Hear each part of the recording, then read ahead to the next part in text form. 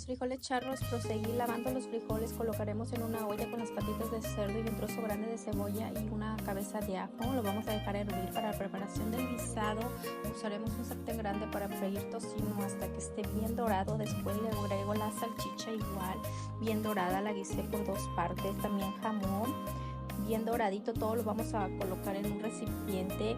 Chorizo bien dorado, freí chorizo bien dorado.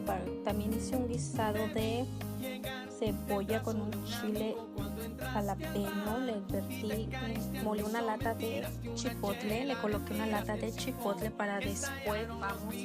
Todo esto reservado lo vamos a agregar todo el sofrito en la olla de los frijoles y las patitas de cerdo. Le agregué una lata de puré de tomate, le añadimos el chipotle, la salsa de chipotle. También le vamos a añadir un manojo de cilantro picado y vamos a dejar cocinar por 15 minutos para que los sabores se integren bien. Y ahora sí, a disfrutar.